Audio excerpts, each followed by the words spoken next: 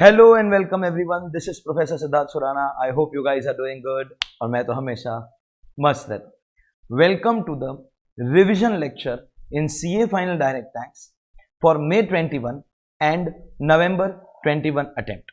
This is going to be the 100% English version of the lecture, specially crafted, meant for students of South India, that is the states of Kerala, Karnataka, Tamil Nadu,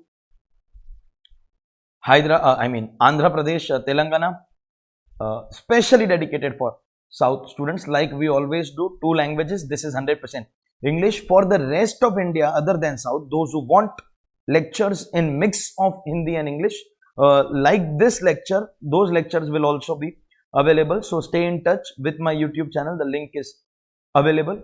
While we are going about these lectures, it is recommended, it is advised, it will be better if you have my main textbook along with you. Obviously, those students who have already studied from me in any of my physical lectures, or who have purchased my pen drive lectures or my Google Drive lectures directly from me, they are already given the textbook, and the MCQ book will also soon come to you. But those who are watching directly these lectures on the channel, those students or those who have purchased some lectures in a package where in the full course lectures you have only taken the main textbook, then when in the full course lecture you only have the main textbook, then you may not have the MCQ textbook. You will need it for the MCQ lecture. So if you have it, well and good. There is no hard and fast rule. Without the textbook also you will be able to manage these lectures, but if you have it, it will be better. These lectures are only going to be a revision. Let me be clear, there is not going to be any detailed explanation of provisions, logic of provision, objective behind the law. We will quickly revise all chapters in the order of my textbook, which is why I need the textbook, because certain things I will be directly doing from my textbook. It's okay if you don't have it, but if you have it, it will be better. Some days ago, I did a poll on my YouTube channel. Dear students, what do you want? Like last year, I did revision in both languages separate and then amendments in both language separate. What do you want this time? You want separate only, or you want them merged? Maximum students chose combine revision and amendment. So finish one chapter and tell us the amendments there only. Maximum students decided that, and thus what we are going to do is we are going to revise the chapter, and then immediately upon revision we are going to learn the amendments of the chapter here itself. But there were some students who also wanted separate amendment lectures. So in conclusion, what is decided is these are going to be revision come amendment lecture. We will revise the chapter, we will do the amendments, not in that much detail, and then we will be having separate amendment lectures. So effectively on our channel, the upcoming lectures are going to be revision, Hindi English mix, revision, 100% English. These two revision lectures will also contain the amendments, but not in that much detail. Then we will be having amendment English, amendment Hindi English mix, and then we will also be having your favorite MCQ season 2 coming up very soon. MCQ season 2. I have added near about 150 questions in my, about 100 to 150 questions in my textbook. So that is also going to come very soon. These are, and that is going to be more than 95% in English only, because that's a very long lecture. I cannot record that in two languages. So it will be approximately 95% English, so that everybody understands, and about 5% Hindi, which is enough that at least those students who don't understand Hindi can also understand the lecture. So these are the series of lectures that will be uploaded on the channel in the coming days. Apart from that, in the meantime, if your RTP is out, then I will cover your RTP. That lecture also, like last time, will be uploaded. Obviously, these are lectures which are available for free viewing on our channel, that is amendment, revision, RTP, MCQs. This is a big thing, because 30 marks out of 30, 25 we are guaranteeing, and students gave me this feedback, those who appeared in the previous attempt, that sir, most of the questions, in fact in both old and new, almost all the questions were from our lectures only. Apart from that, the full course is already available in both languages, and this time I have made a special crash course. What's so special about it? It's a 100% English language crash course. First of all, I have not made it in Hindi. It is 100% English, about 80-85 hours, and I have completed the entire syllabus in that. Questions are separate, obviously. Questions will not be covered. In about 80-85 hours, your entire subject will get covered, and this is going to be provided to you at a ridiculous price, throwaway price, will not come in your counting also anywhere to support students because of the pandemic, almost at cost price. Crash course will be available at 2,500 rupees only. Obviously, books are separate. Books will be required by any student who is watching these revision lectures also. So your lectures will be available to you. Having said all this crash course or this revision or this amendment lecture, all this is meant only for students who are appearing for the second time, at least studying for the second time, even if not appearing. You cannot learn the crash course. How can you learn revision? Revision is something that you have already studied. Amendments are meant for a student who has given the previous attempt and now only wants to learn the changes. There cannot be detailed explanation. But in crash course, certain chapters like transfer pricing, business profession, capital gains, TDS, certain chapters are kept in complete detail. Whatever is important is kept in complete detail. This is a dream course for anybody. I strongly recommend students to go for the crash course if you are learning for the second time. First timers, only full course, nothing else. But second and subsequent time, your crash course will be very useful, and these lectures also, which will be available very soon on my channel one by one in the form of episodes. Your amendments, revision, MCQ, RTP, all this is going to be very useful. Any study material which I would want to provide to you will be available on the Telegram channel. That link is also in the ticker below. Those who want the textbook can also call on the number which is visible on the ticker 9920443322. In fact, for crash course, any other lecture also, you can call that number. If you are taking the textbook generally is provided only to those students. Full course who have studied from me get the textbook, and wherever I am taking face-to-face lectures, over there I give the MCQ book also. Those students who directly enroll with me get that MCQ book also. So you can call for it. Plus, under construction, there is one more book. I am making something really beautiful for CA final students, but I will not announce it right now. It is still under construction. When more than 50% is ready, then I will make that announcement, but I am not sure whether it will be available till May 21 attempt, and therefore I am not announcing about it. But this is going to be a really big thing in my subject. It's under construction. So time will tell by when it is going to be available. These are the books, and this is how we will be going about the lectures. In our revision lectures, we will only be revising the provision in the order of the textbook, which is why I recommended that it will be better if you have my textbook in the order of my textbook. So in my textbook, which I issue to all the students, there are about 40 chapters in the textbook. In that same order, I will be revising your entire portion with you, and immediately after every chapter, I will be telling you about the amendments. That is how we will be going about our revision lecture. So without wasting any time, in the order of the textbook, we will start with our very first lecture. First chapter is a chapter called Introduction. How do I go about my introduction class in full course? First, I introduce myself. I am Professor Siddharth Surana, teaching since more than 10 years. More than 10,000 qualified chartered accountants in the country have been my students. At this young age, in the field of CA coaching, I have done certain things which everybody else is today copying. For example, I was the first faculty in the country who started this concept called recorded lectures direct to home. We at Coppergate Educare, our team was the first team in the country. I was the first professor in the country who took online live lecture with real-time interaction. First person in the country. I was the first person in the country who started this concept of 100% English language lectures for South students. And now again everybody is copying that 100% lecture. I am the first faculty who uploaded my entire MCQ textbook by solving it on my channel, and superb response given by students. I introduced myself. I already did that. I said a lot of good things about myself. I introduced the subject, but then it is understood that you are learning for the second time. That is why you are revising. So there is no requirement to introduce the subject to you. You know this is paper number 7, and about 70% of paper 6C international tax in new course will also be common with this. What is my study material and all? I already told you there is one full course book, there is one MCQ book, and that third book I will not make any announcement because it is a secret It is under construction. As and when ready, I will be telling you about this. As and when ready, I will be telling you about this. Okay. Finally, in the introduction class, what I do is I teach the students the tax rates for the applicable assessment year, and I finish that lecture.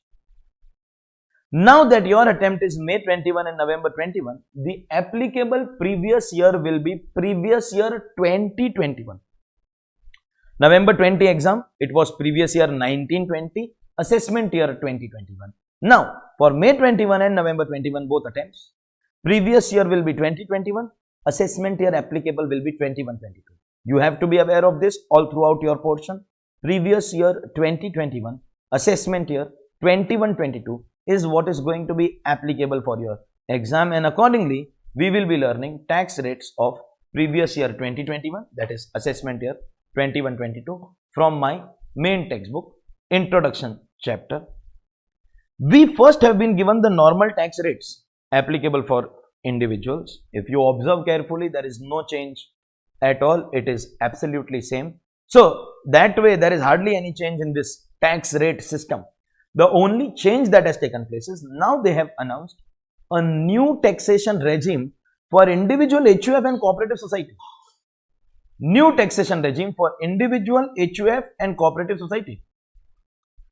So last year they had already given us 115 BAA and BAB in the form of new taxation regime for domestic companies. BAA was for all domestic companies. BAB was for newly incorporated manufacturing domestic companies. And now we have 115 BAC for individual HUF and BAD for resident cooperative society. That's a new taxation regime and drastically similar to what happened in BAA and BAB.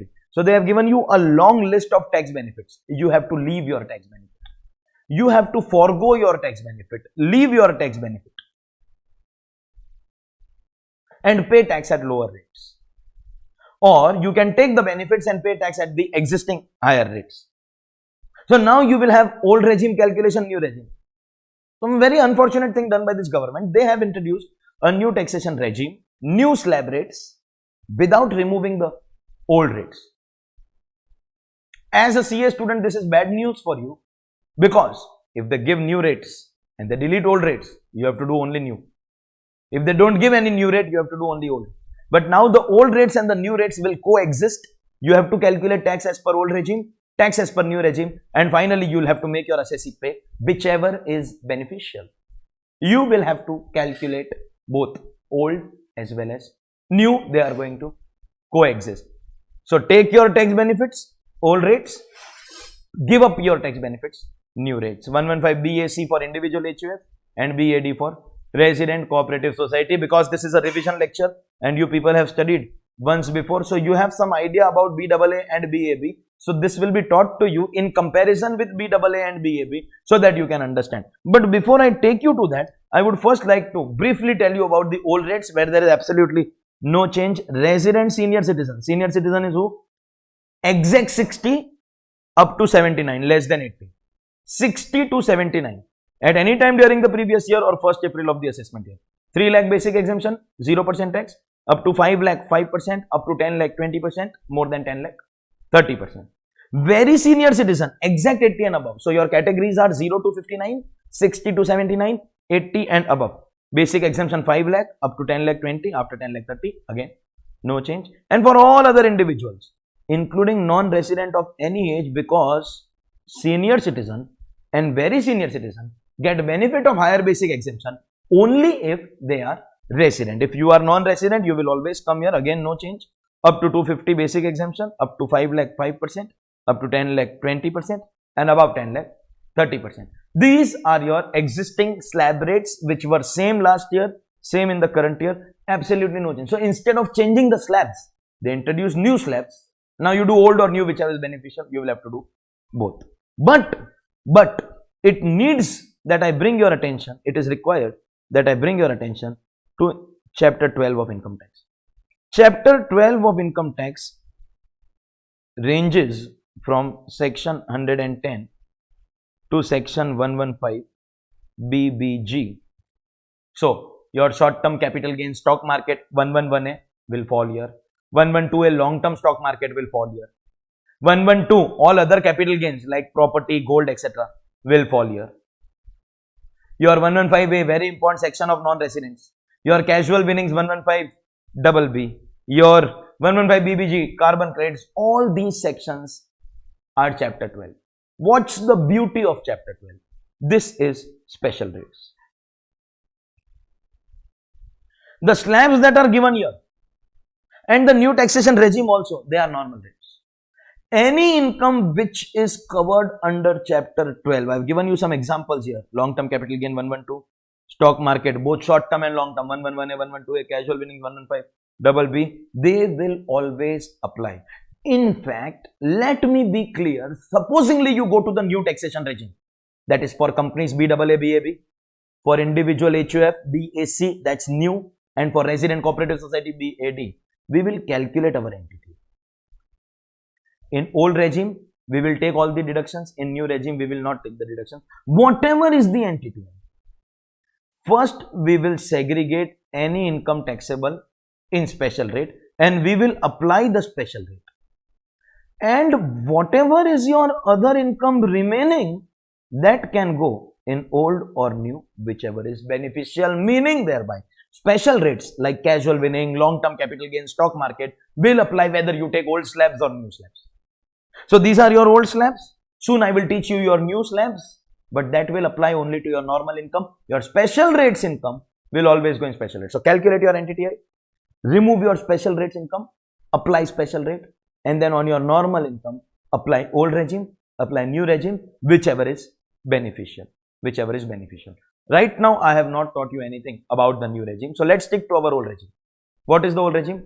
Calculate NTTI after taking all the tax benefits, segregate it, special income, special rate, normal income, normal rate, that becomes our basic tax. And the normal rates will be these respective slabs for the respective assessee. After you calculate basic tax, you still require to have knowledge. You are still required to have knowledge of three things. First thing, rebate under section 87A, that is any assessee who is resident, individual and having net taxable total income not exceeding 5 lakh. Not exceeding means less than and equal to, both will be covered. Resident individual income up to 5 lakh. Resident individual income up to 5 lakh. Then you will get rebate of actual tax or 12,500, whichever is lower. Actual tax or 12,500, whichever is lower will be allowed as your rebate. But what are the three conditions? Resident, individual income should be up to 5 lakh. So whatever tax you have calculated, that's only your basic tax. Basic tax will be subject to rebate. Resident, individual, entity up to 5 lakh, actual tax of 12,500, whichever is lower. But when you are a high income earning assessee, then in your basic tax we will be adding surcharge. When your income crosses 50 lakh up to 1 crore, there will be 10% surcharge. More than 1 crore up to 2 crore, 15% surcharge. More than 2 crore up to 5 crore, 25% surcharge. More than 5 crore, 37% surcharge is going to get attracted. So be clear, at exact 5 lakh, you will get rebate. Equal to is covered. But exact 50 lakh, there will be no surcharge. In surcharge, it is greater than. So exact 5 lakh, rebate. Actual tax or 12,500, whichever low. Up to 50 lakh, nothing.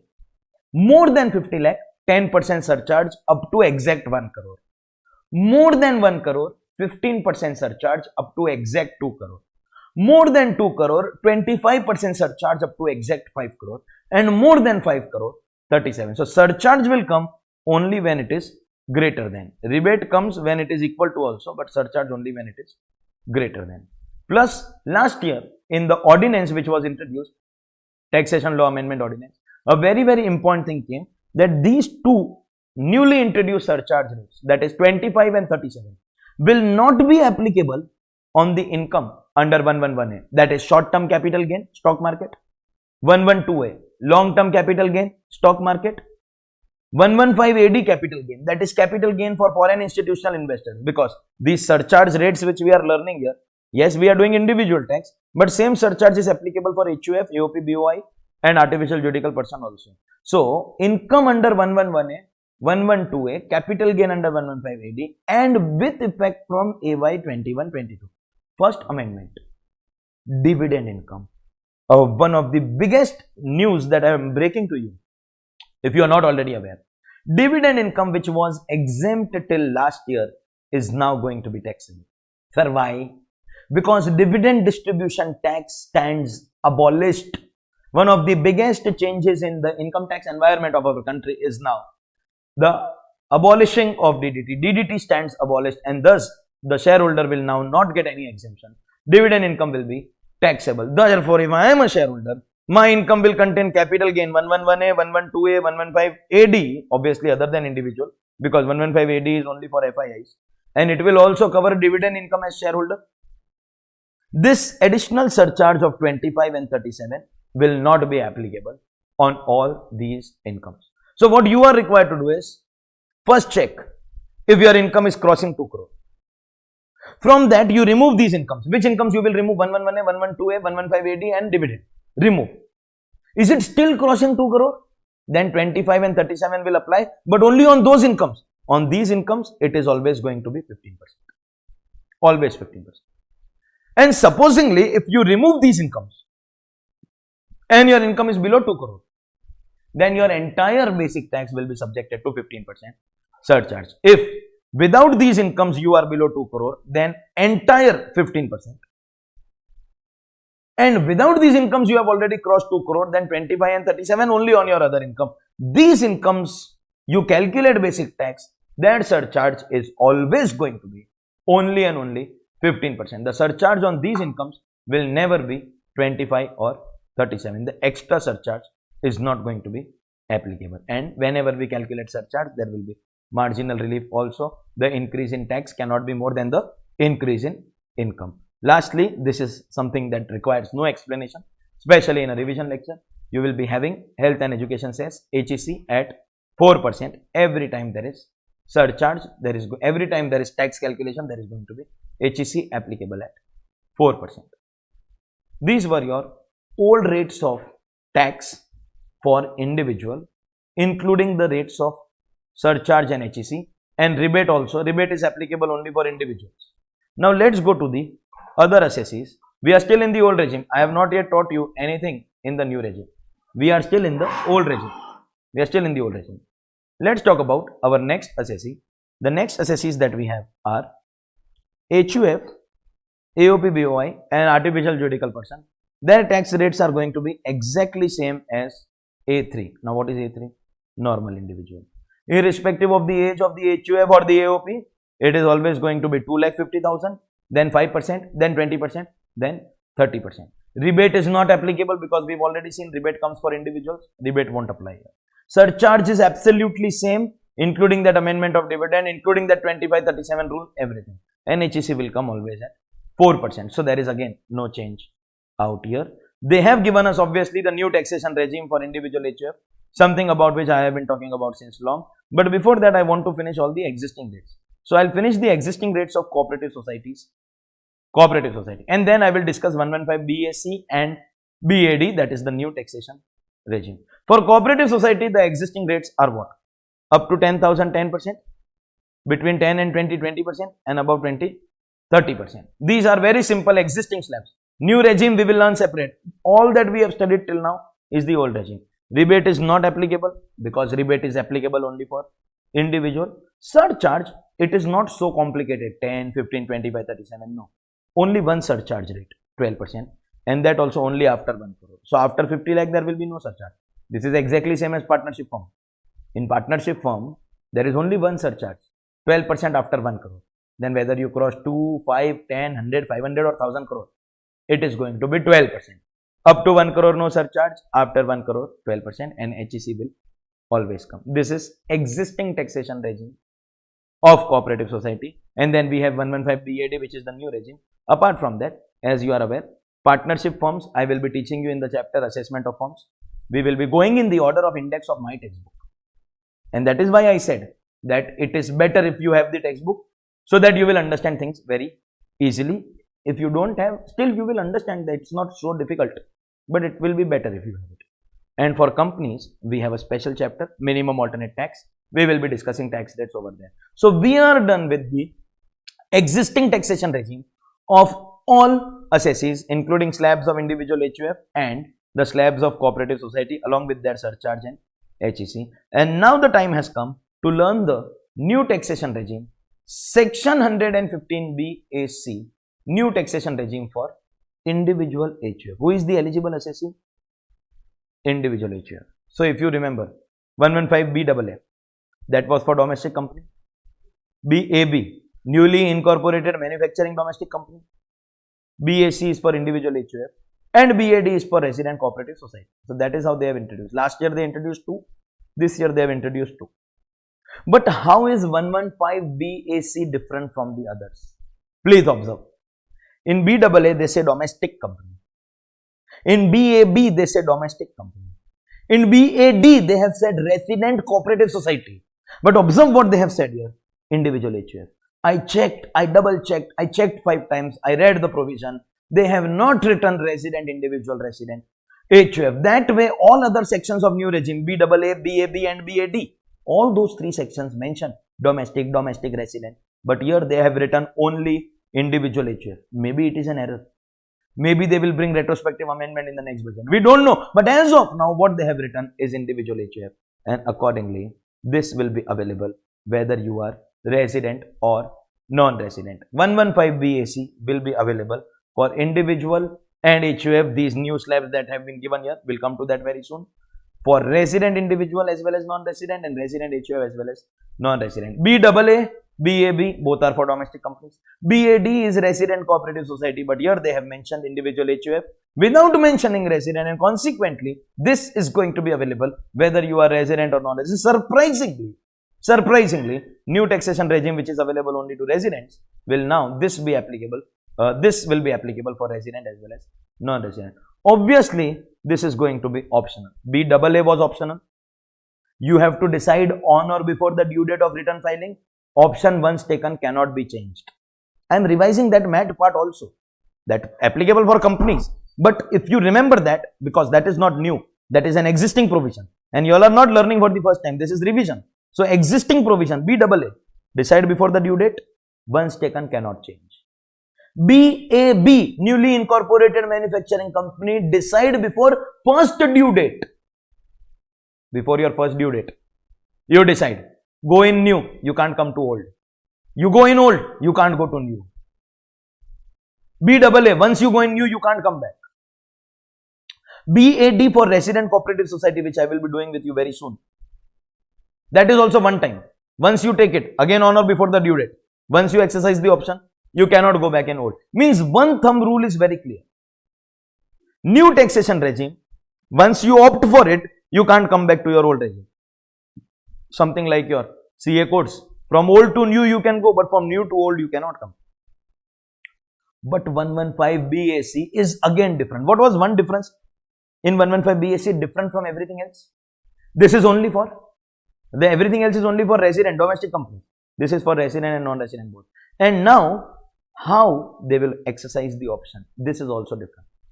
First, for assessees who don't have PGBP income, that means, can I say we are talking about salaried employees, people who have only rental income or other sources income, the option will be available surprisingly on a year-on-year basis. To be exercised on or before the due date, this is common in all the new taxation regime sections. BAA, BAB, BAC, BAD, decide on or before the due date of return filing. But in all other sections, once you go in new regime, you cannot come back to old regime. Here, you can do it year after year.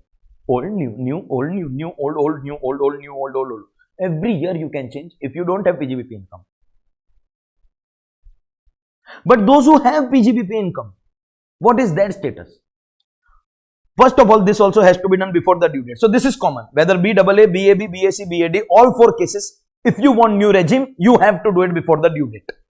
In BAC also with PGBP, without PGBP, but you have to decide before the due date. After you decide, you go in new regime, look what will happen. Once exercised, it can be changed. Means after you go to new, you can come back to old, but only once. And then after the option will never be available. So this is like entry in an amusement park, in a cinema hall. Take your ticket, you can enter. That's like entering the new regime. Can you come out, come back to old? Yes, but now you can't go again. Obviously, there you can buy another ticket, but here there is no such option. So you can go, you can come back, but you can't go again. So listen how 115 BAC is different from the other sections of new taxation regime. By the way, in all four, BAA, BAB, BAC, BAD, in all four, one thing is clear, one thing is common, that it has to be before the due date of return filing. You have to exercise your option on or before the due date of return filing. That's common. Secondly, in all four, you have to forego a lot of tax benefits. New entity, new rates. So take benefits, old rates, don't take benefits, new rate. But how is 115 BAC different? In BAA, BAB, they mentioned domestic company. In BAD, they mentioned resident cooperative society. We'll come to that very soon. But here they have written only individual HUF. That means non-resident also covered. That's one difference. Second difference. In BAA, once taken, you cannot come back in old. BAB, once you go in new, you cannot come back in old. In fact, if you stay in old, you can't go to new also. BAD, for cooperative society also they have said, option 1's exercise cannot change. But here what they are saying, we are dividing assessing. No PGBP income change every year. Enjoy your life. Old, new, new, old, old, new, old, new, new, new, old. With PGBP, take your option. Don't want new regime, want to come back to old, come back. But you can't go again. So you can go in new, you can come back, but you can't go again. Yes, but one last line. If you cease to have PGBP, if you stop your business, that means you end up becoming case 1, then again you become a year-on-year case. So till the time you are doing your business, what is the rule? Take new, come back to old, but now you can't go to new. If you stop business, then you become like case 1, change year-on-year. 115 BAC is the only section where this system exists. In all other sections, once taken, you can't come back in old. So the other sections is like your CA course. Once you go in new, you can't come to old. And this is like an amusement park. Very amusing also. You can go, you can come back, but you can't go again. That's for PGBP. That's for PGBP. If you stop having PGBP, then you fall in the no PGBP case. Then every year you can change. And all the cases on or before the due date. Now we come to what are the slabs. Obviously, these slabs you have to learn. Learning is your only option. But if you observe carefully what is happening. First 2,50,000, there is going to be no tax. Then up to 5 lakh, it is going to be 5%. Up to 750, 10%. Up to 10 lakh, 15%. Up to 1250, 20%. Up to 15 lakh, 25%, and then 30. So instead of 0, 5, 20, 30, they have given 10, 15, 20, 25 also. So they are increasing the income by 250 here and they are increasing the rate by 5% here. If we compare this with our old taxation regime, then understand what is happening.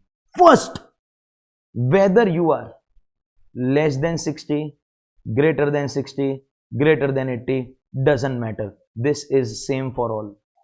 This is same for all. So senior citizens are already losing because in old regime they don't pay tax up to 3 lakh. Very senior citizen in old regime they don't pay tax up to 5 lakh. But here after 250 you have to pay 5%. Already you are losing. And obviously if we talk about non-senior citizen, then till 5 lakh there is no change. In old also it is 0 and 5.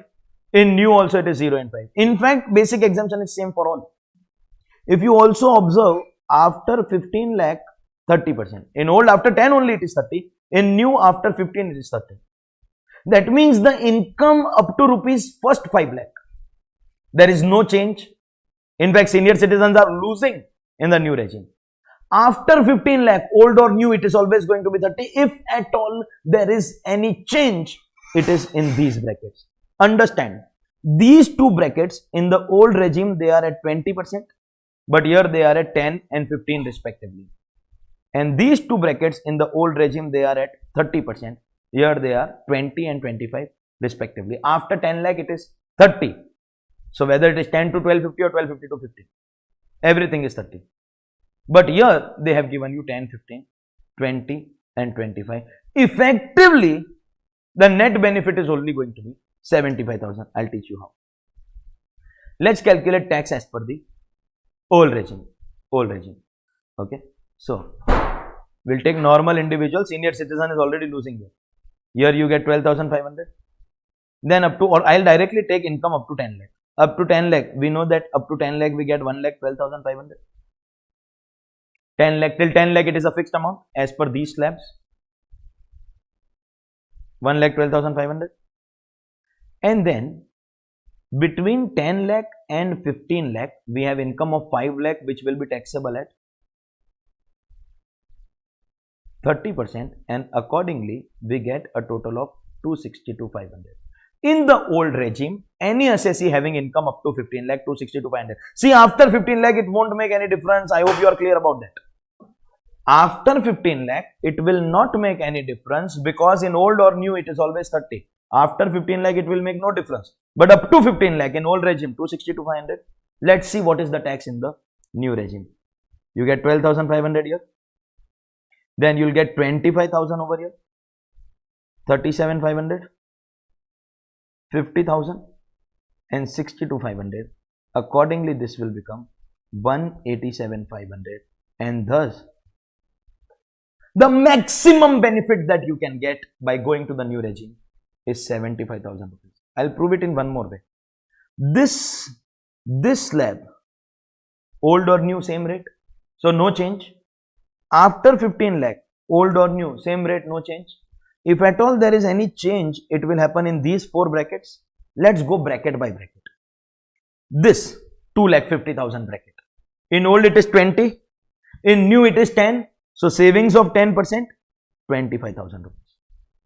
This income 750 to 10. In old it is 20. In new it is 15. Savings of 5%. That's 12,500. 10 lakh to 1250. In old it is 30. In new it is 20. Savings of 10%. That's 25,000. And 1250 to 15. In old it is 30. In new it is 25. Savings of 5%. 12,500. That's your highest possible tax benefit. And that is also if you are non-senior citizen. If you are senior citizen, then you are losing something over here also. Very senior citizen, you are losing something over here also. The highest possible tax benefit by shifting to new regime, highest possible benefit is 75. Your benefit can never be more than 75. But loss can be infinite. Loss can be infinite, because if you have to go to the new regime, you have to forego a long list of tax benefits. Long list of tax benefits has to be foregone. Before I come to the list of tax benefits to be foregone, let's be clear. I already told you that special rates given under chapter 12 will apply. So what we will do? Calculate NTTI without taking these benefits. You have to leave all of them. Calculate NTTI. If there is any income taxable at special rates, separate that and apply the special rate. And on the balance income, you will apply the new rates. Highest benefit possible is 75,000. So old to new, maximum benefit 75. But loss can be infinite. Let's see how. If you want to go for the new taxation regime 115 BAC, you will have to leave these 20 tax benefits. What are the 20 tax benefits that you will have to forego if you want to go to the new taxation regime? First, section 10(5), leave travel allowance, leave travel concession. You will have to forego that. You will have to forego your leave travel concession. So twice in a block of 4 years, you can go on a holiday with your family. The amount you pay for the ticket or the amount that you get one leave travel concession.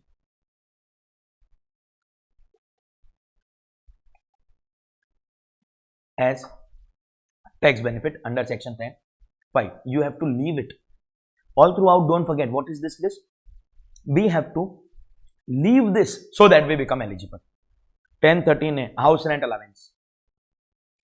Actual HRA received 50% or 40% of salary based on location, and rent paid minus 10% of salary, whichever is lower, is a benefit. Leave that benefit. Pay as per new regime. 10(14) has given certain exempt allowances like children education 100 rupees per month, children hostel 300 rupees per month, tribal area allowance 200 rupees per month, transport allowance 1600 for normal employee and 3200 for disabled handicapped employee. Then you have got some exemptions which are based on expenditure. Conveyance allowance, your academic pursuit allowance, your helper allowance. You have to leave all those exemptions. You have to leave all the exemptions except the following, which are the allowed amounts. Transport allowance for handicapped. Divyang means handicapped employee. So that 3200 is allowed. That you can take even in new regime. Conveyance allowance for performing office duties. If you are sent for office work, that conveyance allowance. Allowance to meet the cost of travel on tour or transfer. If you are being sent on a tour like an audit or something, that you can take. And daily allowance if you are absent from normal place of duty. Because you are absent from normal place of duty, for your day-to-day expense, you will get daily allowance. You will be allowed to take 4 exemptions. Which 4? Transport allowance for handicapped, conveyance for office duty, tour travel transfer, and daily allowance if you are away from duty. Other than these 4, you will have to lose all. Children education allowance, hostel allowance, tribal area allowance, transport allowance for normal employees, helper allowance, academic pursuit allowance, uniform allowance, you will have to leave all that and pay as per new. Now these amounts can be huge, and thus the loss if you go to new regime can be infinite. Benefit will be maximum 75,000. Let's go ahead. 1017 daily allowance and constituency allowance of MP MLA is exempt. This was taught in IFOS chapter. They get exemption. Only sitting fees is taxable under IFOS, but they will have to leave if they want new regime. 1032 clubbing of income of minor child. Actual amount or 1500 rupees per child, whichever is lower is allowed to the parent. Leave that exemption. This is list of benefits you have to leave. 10 AA SEZ 15-year tax holiday, you will have to leave. If you have got deductions against your salary income, so your standard deduction, entertainment allowance, professional tax paid, leave it. 24B interest deduction, but only against SOP. See, in SOP you don't show any income, but you only take interest deduction, so you will have to leave that. Let me be clear, against LOP and DLOP you can take deduction. So in salary you will have to lose all the deductions. In house property you can take your deduction. Against let out property, against self-occupied property you will not be allowed to take. If you want new regime, see, in old you take all, take, enjoy. Go to new, save 75, but to save 75 you have to lose all this. Section 32(1)(2)A additional depreciation for manufacturers not allowed, but normal you can take. Normal depreciation will be allowed, only additional extra benefit not allowed. 32AD investment in backward states, but this is now not applicable because it was available only till 1920. 33AB and ABA tea, coffee, rubber site restoration, these are PGBP deductions. Your additional depreciation 32AD, these are all PGBP deductions. You leave them and pay as per new. You take the deductions, then you will have to pay as per old. Section 35 expenditure on scientific research, in that you have to leave only these. 35(1)(2) college, association, university for scientific research. 35(1)(3) for statistical and social science. 35(1)(2)A for Indian company doing in-house R&D, and 35(2)AA national laboratory, IIT, if you are donating them. These 4 you will see. In 35 there are total 7. Out of 7, 35(2)AB is only for company, 115BAC is for individual HUF, so that will be ignored here. That has got no relevance. Other than that one, the remaining 6 you can take these 2. Revenue expenditure on business, capital expenditure on business. Revenue capital. This is allowed. Only these you have to forego. So out of 7, 1 is for company, that you ignore. Out of 6, 2 you can take, 35(1)(1) and 35(2). 4 you will have to leave. 35AD 14 specified business, you will have to leave that. 35CCC expenditure on agriculture extension project, capital or revenue you get deduction, you will have to leave. But they have not mentioned 35CCD skill development. Why? Because that is only for company and not applicable here. When you will learn 115BAA and BAB, there 35CCD is also written, but here not applicable, so they have not written on. 57(2)A family pension, what is the deduction you get? 1/3 of the pension or 15,000 per annum, whichever is lower. 1/3 or 15,000, whichever is lower. Leave it. Only if you leave it, you will get the benefit. Only if you leave it, you will get the benefit. This is the biggest thing, because most individual HUF, the people who are covered in 115BAC are individual HUF. Most individual HUF are depending on, come on, 80C, 80D, 80G. By now we have become cases of 80U. You will have to leave everything. No 80C, no 80D, no 80G, no 80U, no 80TTA, no 80TTB. You will have to leave your chapter 6A deduction. This is big. These are deductions which may not be available or applicable for all individuals, but this is big. And now you realize, when I will leave all that, then only I get new regime. What is the maximum savings? 75. But for saving that 75, the number of things that I have to leave is very, very high, which is why in the near future, we don't expect a lot of people to go in new regime, but as students we will have to solve both. We have no option. Okay, you won't get deductions under chapter 6 except 80 CCD2, that's employer contribution to NPS. And why is it allowed? Because that employer contribution to NPS is already in your salary income, so it is already added, so that is why it is allowed, otherwise it wouldn't have been allowed. 80 JJAA, that is for employing new workmen, that is applicable if you are covered under tax audit, 30% of your additional employee cost, that will be allowed. And for IFSC there is one deduction, 80 LA. This is actually not required here because individual HUF may not be operating in IFSC, but they have given it. CCD2, JJAA and 80 LA3 will be allowed.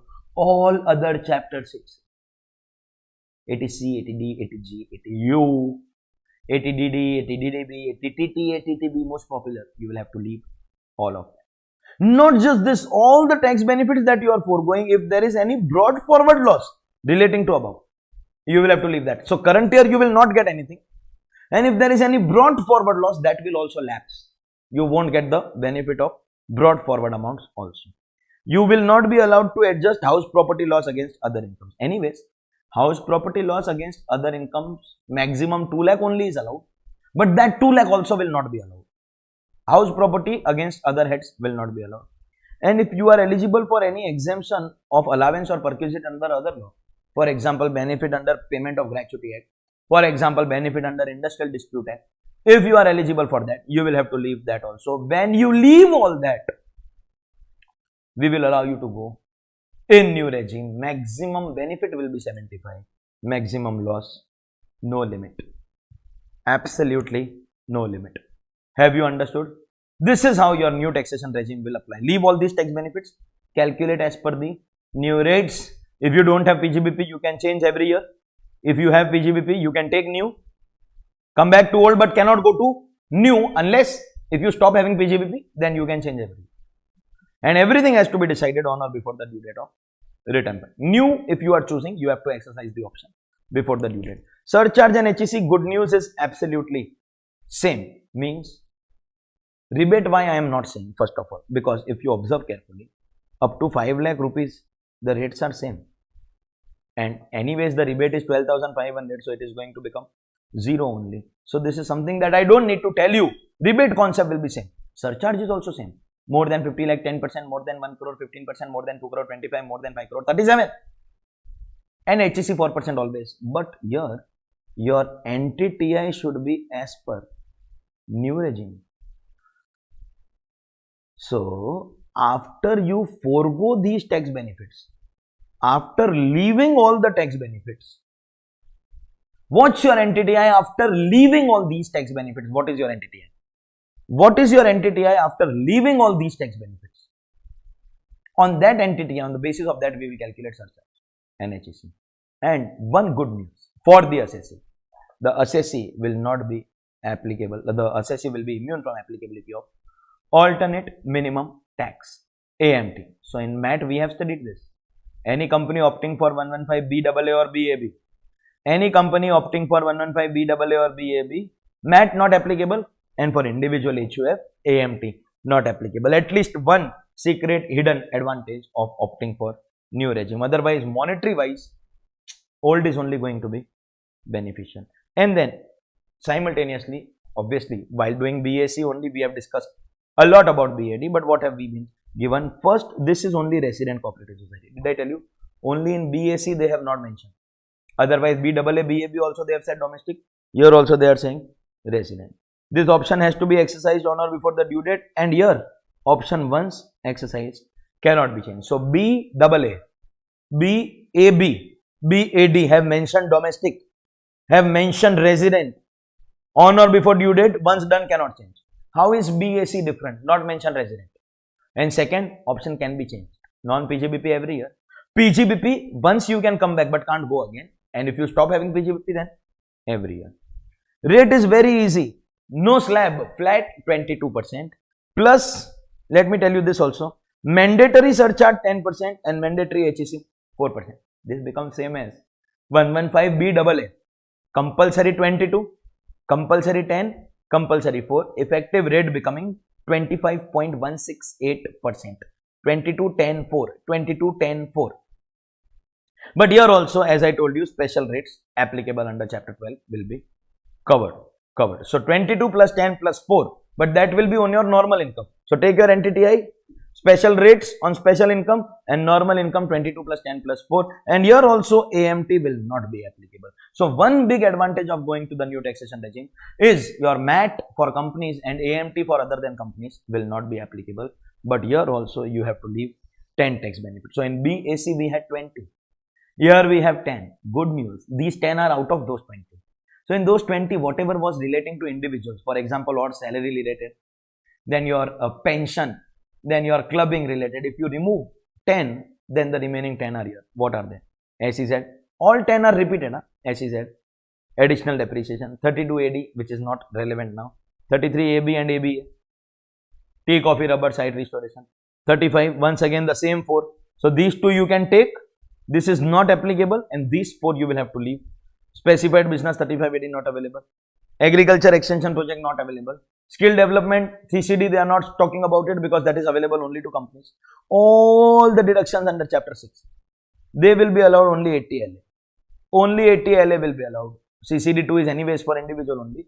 Double J double A will not be. 80 LA is going to be allowed. And with respect to all this, if there is any brought forward loss, then that will also be not allowed. So all this becomes absolutely same as 115 BAC, compulsory surcharge and HEC 10 and 4 respectively, and alternate minimum tax will not be applicable. And this is your newly introduced taxation regime for resident cooperative society. And this also marks completion of our chapter, that is introduction, end of our first chapter. And we are now going to go ahead in our revision lecture in the order of my textbook only. We will be going in the order of my textbook. Okay. In the order of my textbook, the next chapter that you will be having is your chapter called Double Taxation Avoidance Agreement. Very important chapter for international tax, both paper number 7 as well as word to word repeated in paper 6. Firstly, globally there are 2 principles of levy of tax. This is important because this will be applicable in every chapter of international tax. Globally there are 2 principles of levy of tax. What are they? Principle of residence, principle of source. And because of this, double taxation will arise. When you are resident of one country and you have source in another country, the home country will apply principle of residence, the host country will apply principle of source when the same person on the same income is getting taxed twice. When the same person on the same income is getting taxed twice, then there is going to be juridical double taxation. We also have another concept called economic double taxation, when same income is taxed twice but in the hands of different people. Same income is taxed twice but in the hands of different people, then that is economic double taxation. Let me give you an example. Supposingly, I have paid professional fees to a CA 50,000, audit fees. Professional fees 50,000 in cash. Expenses more than 10,000 in cash, no deduction. So that expense will be disallowed. That means added in my income, and added back means I am paying tax. That professional fees is taxable for the receiving CA also. So same income is getting twice but 2 different people. That's economic double taxation. And when the same person on the same income is getting taxed twice because one country, home country is applying residence, host country is applying source, that's juridical double taxation. Under juridical double taxation, both the taxes are paid by the same assessee, and thus under juridical double taxation, you will get relief. Under economic double taxation, it is different people. So check your pocket. From your pocket, you have paid tax only once. There will be no relief under economic double taxation. Under economic double taxation, there will be no relief. So what have we studied till now? Globally, there are 2 principles of levy of tax, principle of residence and principle of source. Because of this, when the same assessee is getting taxed twice, then it will become juridical double taxation, because one country will apply residence, other will apply source, and in this we will get relief. Under economic, when the same income is getting taxed twice but different assessee, no relief. That was your example of expense disallowed. Then let's talk about relief under juridical double taxation, because under economic there is no relief. In juridical double taxation, assessee can get relief in 2 ways: bilateral relief or unilateral relief. When both countries cooperate with each other, enter into an agreement, that is bilateral relief. And it is this agreement which is called double taxation avoidance agreement or convention or treaty. When both countries cooperate and enter into an agreement, that is going to be called a double taxation avoidance agreement, treaty or convention. That is bilateral relief. But when there is no cooperation between the countries, then Government of India will provide relief to residents that is going to be unilateral relief. This chapter is only about learning bilateral relief and then later unilateral. What is bilateral? When both countries are cooperating with each other, they will enter into an agreement and therefore they will jointly provide, together they will provide bilateral relief. When both countries are cooperating with each other, they will be providing bilateral relief. What is going to be the calculation of your relief is going to fluctuate from agreement to agreement, and individual agreements are not a part of our portion. Here they have kept only the common points. What common points? Every treaty will provide for two things: relief and exchange of information and assistance in tax collection. Relief can be provided in two methods: tax credit method, tax exemption method. Under tax credit method, both countries will take tax, but one will give you credit of tax paid in other. Under tax exemption method, one will take, other will leave. Which country will give you credit on exemption? Based on agreement. Which method will be followed, credit or exemption? Based on agreement. Everything will depend on the agreement. We are only learning the common point. The provision of DTAA are going to be optional if normal provisions are beneficial. Rare case. 99% cases DTAA only will be beneficial. But if normal provisions are beneficial, you can pay tax as per normal provisions. Every treaty will contain something called a non-discrimination clause, a promise that we are making to the other country that we will not tax your people more than our people. Tax rate applicable to your people will be same as our people. Non-discrimination. But that will not be applicable for companies. Corporate assessees will not get that benefit. That benefit will be available only for non-corporate assessees. Corporate assessees, that benefit is not going to be available. And if you are claiming relief because you are resident of some other country, then you have to obtain tax residency certificate from that country. These are the common points. Whenever they have to ask any question on bilateral relief, they will make sure that they reproduce that relevant clause of the agreement, because without that you will not be able to answer any question on bilateral relief. And then when we go to the second part of the chapter, that is unilateral relief. Unilateral relief will be available only for resident. That's the most important condition. Main condition, deciding condition, relevant condition, our government will provide it only to resident. The remaining conditions are very obvious: income outside India, tax outside India, no DTAA. Obviously, if there is no DTAA, then we are asking for unilateral. When there is non-cooperation between the two countries and there is no treaty, then government of India will give relief only to residents. Only to residents. And maximum question in CA exams are asked on this calculation. A calculation given under section 91. First, calculate your NTTI. This will be including your foreign income. Everything. Assume that there is no relief. And on that, calculate total tax. Total tax, all inclusive, surcharge, HEC, assuming you are not getting any relief. And with this, you will get your average rate. 2 divided by 1 into 100. What is the average rate? This average rate will be compared with your foreign rate, and whichever is lower is the rate at which you get your relief on your doubly taxed income included in NTTI into lower rate. Included means, supposingly, this foreign income, you have taken some deduction in India. Then on that much amount, you won't get relief. You get relief only on that amount on which you have paid tax in both countries. So if any one of the two countries you have taken any deduction, then it is not your doubly taxed income. Only the doubly taxed income included in NTTI into lower of the two rates will become your relief. So total income, total tax, average rate, foreign rate, whichever is lower.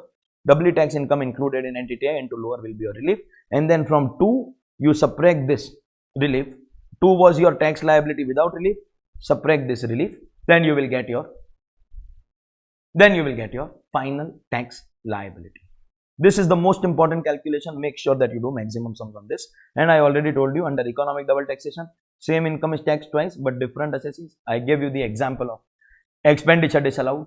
There is going to be no relief. Whatever relief is covered in this chapter, whether bilateral or unilateral, it is only on juridical double taxation, because you are paying both the tax amounts from your own pocket. So that was your chapter, double taxation relief. This is revision. It will happen like this only. Just one small amendment, not relevant for exam but practical life. Misuse prevention clause. This we have also studied in our other chapters, tax treaties, application and interpretation, that benefit will not be given to resident of any other country or territory. If there is a treaty between India and Germany, Indians can take benefit, Germans can take benefit, Australians cannot, should not, and will not get the tax benefit.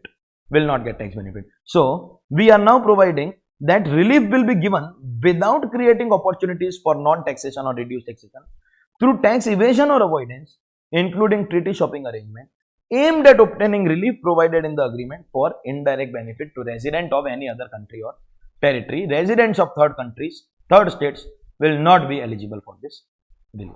That was your chapter, double taxation avoidance agreement, with quick recap of the amendments. Let's go ahead.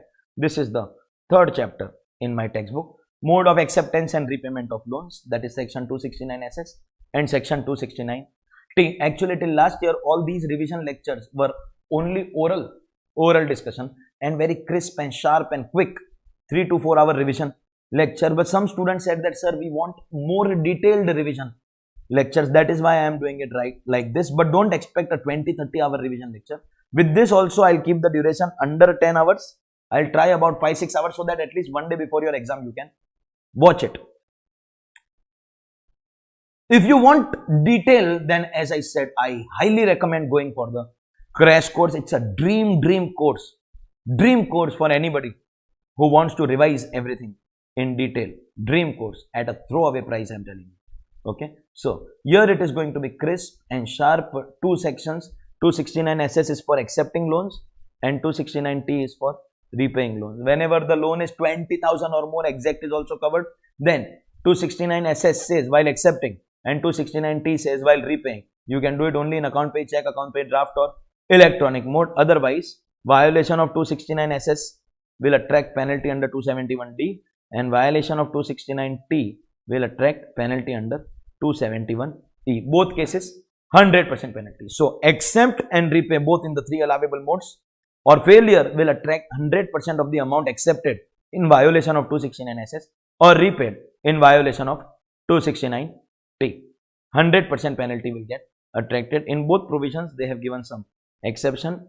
If any of the parties, government company, statutory corporation, bank, any other notified, or last, if both are farmers. So, this is any one, but this is if both are farmers. Then both 269 SS and 269 T will not be applicable. Plus, there are a few case laws also out here. Most important being Kumari A.B. Shanti. Whenever there is reasonable cause, then as per 273B, there will be no penalty. But 269 SS will not be deleted. It will stay in the law. Very small chapter, that's your cash loans. Be careful at the time of acceptance and at the time of repayment. You have to comply with the mode, otherwise 100% penalty. Moving on. Next chapter that I have in my textbook is a chapter called Taxation of NRIs. That is NRI taxation. But all the students who have studied from me at any stage are aware of this, that whenever we do NRI taxation, I do not start the chapter directly. Before I start NRI taxation, I teach the students certain things from capital gains chapter. And if you learn those things from capital gains chapter, then your NRI becomes very easy. We have already crossed 1 hour. And I plan that I will not keep the duration of every lecture about more than 1 hour. So, what I will do is, I will very quickly finish off the capital gain part. I'll very quickly finish off the capital gain part, and actual NRI taxation we will do in episode 2. So, what is that capital gain part? Capital gains are of two types, long term and short term, and long term capital gain bring 2 tax benefits. So, when does capital gain become long term capital gain? When the asset is long term. And when does asset become long term? More than 36 months. 3 cases more than 12 months. Listed securities, but this will exclude unit because unit is covered in the second point. Equity oriented mutual fund, 0 coupon bond. 3 assets after 12 months and 2 assets, unlisted shares and immovable property after 24 months. So 3 after 12, 2 after 24 and everything after 36. And remember, less than and equal to also will go in short term. Once your asset is long term, your gain will be long term. First tax benefit, indexation, for which base year 0102, where your cost inflation index is 100, exam year 2021, this also actually works like an amendment only. For your exam year, cost inflation index 2021 is 301. So divide by cost inflation index of purchase year, multiply by transfer year, that will generally be 301 only, except a couple of exceptions like compulsory acquisition and conversion into stock in trade. Divide if it is base year than 100, otherwise they will give it to you. That's indexation. Increase your cost, bring it to the present value. So reduce your gain, less tax. But 7 cases where it will not be available. Depreciable asset, slump sale, bonds and debentures with two exceptions, capital index bond and sovereign gold bonds of RBI. NRI and special interest. This is the reason why I do capital gain before NRI, that you should know in this chapter NRI taxation, whenever there will be capital gains, there will be no indexation on long term. Short term obviously we don't get only. And the chapter after this also, special rates of tax, no indexation over there also. Whenever a non-resident is having securities, shares or debentures, non-resident on securities will never get indexation because we will give him 10% tax rate. I'll come to that. And 112A, that is stock market capital gain, because you are already getting the benefit of grandfathering. So here also there will be no indexation. 7 cases, no indexation. Third thing, section 112 says long-term capital gain will be taxable at a rate of 20%. However, for listed securities and zero coupon bond, you have an option. You can take 10% without indexation. So sale minus cost into 10, sale minus index cost into 20, whichever is beneficial. This is like your old and new only. Take the benefit of indexation, pay higher rate 20. Don't take indexation, lower rate 10. Only for 2 assets, listed securities and zero coupon bond. And this you will have to do for every transaction. Good news is that you can exercise the option 20, 10, 20, 10, 20, 10, transaction by transaction. Every transaction, do 20 and 10, whichever is beneficial. You can never be sure that 20 or 10 which is beneficial. But if your asset falls in the list of no indexation, then your calculations are going to be sale minus cost into 10, sale minus cost into 20, because no indexation. For example, listed debentures, no indexation, but they are listed, so 10% option is available, then 10 is only going to be beneficial. And as far as non-resident is concerned, because non-resident is never getting indexation, it will always be 10%. Non-resident securities capital gain, we are concluding now. Non-resident securities capital gain, we are concluding now. No indexation will be available and tax rate will always be 10%. No indexation and 10%. No indexation and 10%. Okay. And lastly, we discuss capital gain on stock market also. 3 assets. Equity shares, units of equity oriented mutual fund, units of business trust. Only 3 assets. If STT is paid on sale, then short-term capital gain will be taxed under 111A 15%. And long-term capital gain under 112A at 10% on the excess over 1 lakh.